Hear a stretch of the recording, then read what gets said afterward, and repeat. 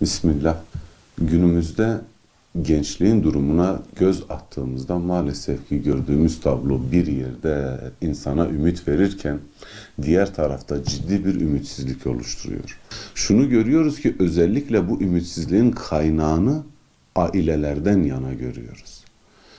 Çünkü aileler öyle bir hale gelmiş ki çocuğun eğitimi için harcanan zaman, masraf, çaba, emek bunlar maalesef ki çocuğun ahlaki, edebi ve İslami terbiyesi için %1'i dahi harcanmıyor. Ümit veren durumu nedir? Şudur.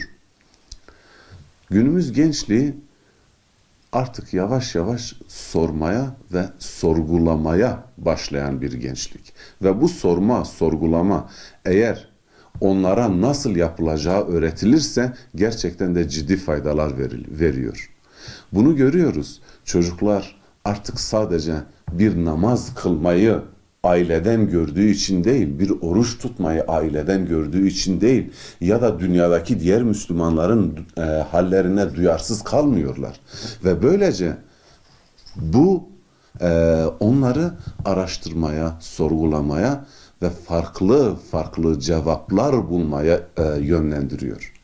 Bu da gençlerin durumunu bizler için ümit verici bir hale getiriyor. Ve yine de şunu da söyleyelim, Allah razı olsun, sivil toplum kuruluşları olsun, medreseler olsun, özellikle gençlerin ilmi yönünü, ahlaki ve edebi yönünü artırmak için birçok gaye, birçok çaba sarf etmekteler. Bu yolda emeği geçen bütün herkese tabii ki teşekkür ediyoruz. Allah razı olsun. Ama ailelere düşen görev de çocuklarını buralara yönlendirmek, o çocukların İslami ilimlerle, İslami edeple, İslami ahlakla, İslami terbiyeyle büyümelerini sağlamaya çalışmaktır.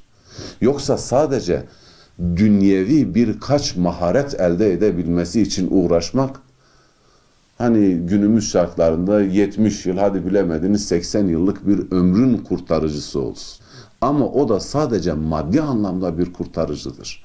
Yarın öbür gün anne babaya karşı gereken görevi yerine getirmediği zaman anne baba şikayet ediyor. Oğlumuz bize karşı, kızımız bize karşı görevlerini yerine getiremiyor. Peki siz oğlunuza, siz kızınıza size karşı hangi görevleri olduğunu öğrettiniz mi ki yerine getirmiyor?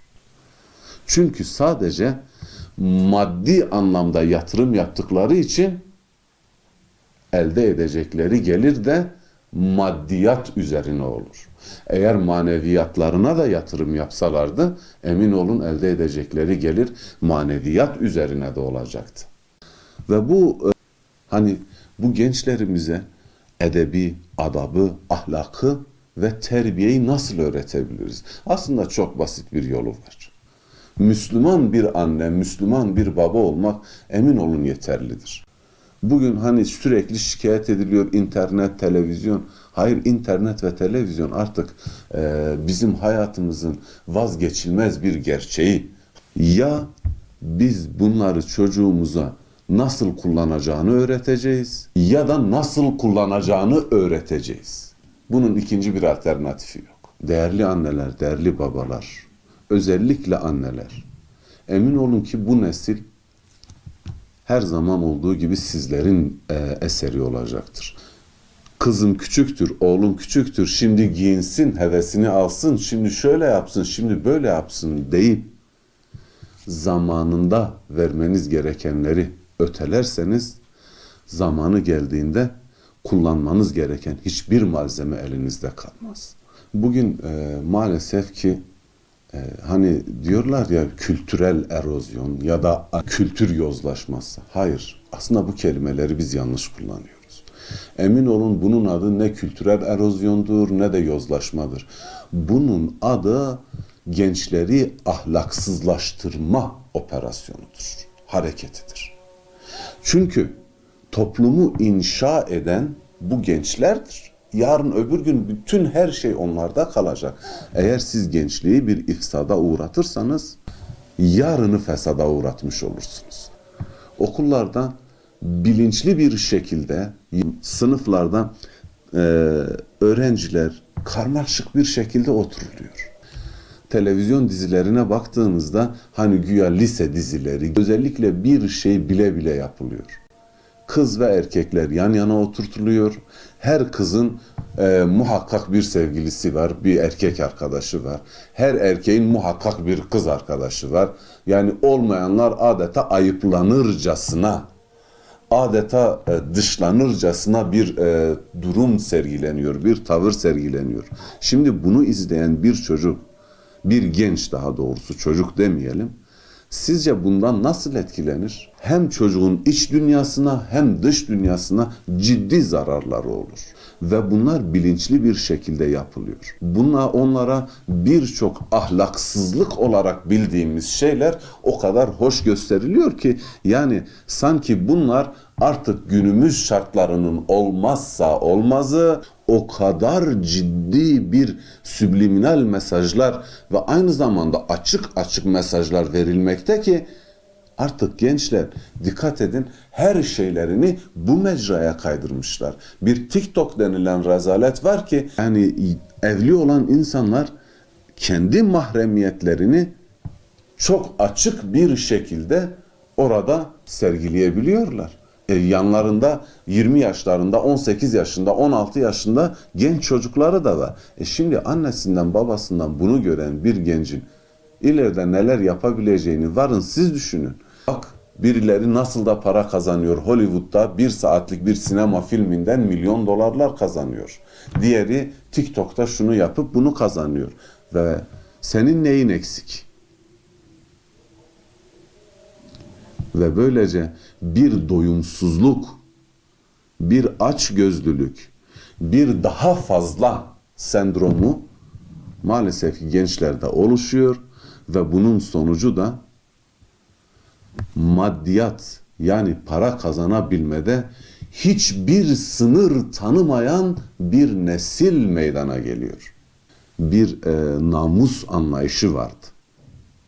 Peki şimdi bu namus anlayışının kaçta kaçını görebiliyoruz? Göremiyoruz.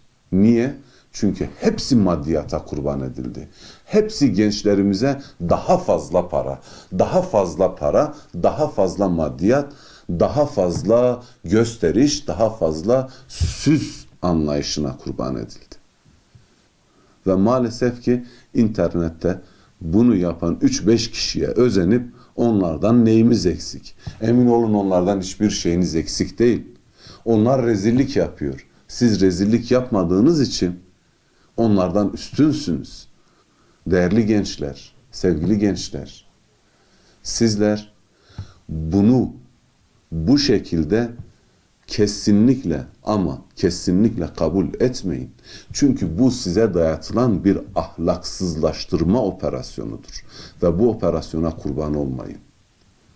Siz Allah'ın izniyle Yüce Allah'ın dinini ve Resulullah Aleyhisselatu Vesselam'ın bize bıraktığı ahlakı insanlara öğretecek kişilersiniz. Gençlerin özellikle vurgulamak istediğim bir şey de teknoloji konusunda olmaları gereken yer. Yani nerede olmalılar? Tüketen değil, üreten tarafta olmalılar.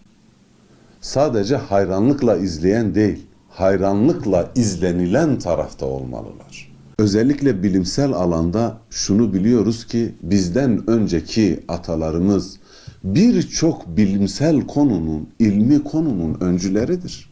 Peki bu kadar bilen, bu kadar alim, bilgin insanların cahil torunları olmamalıyız.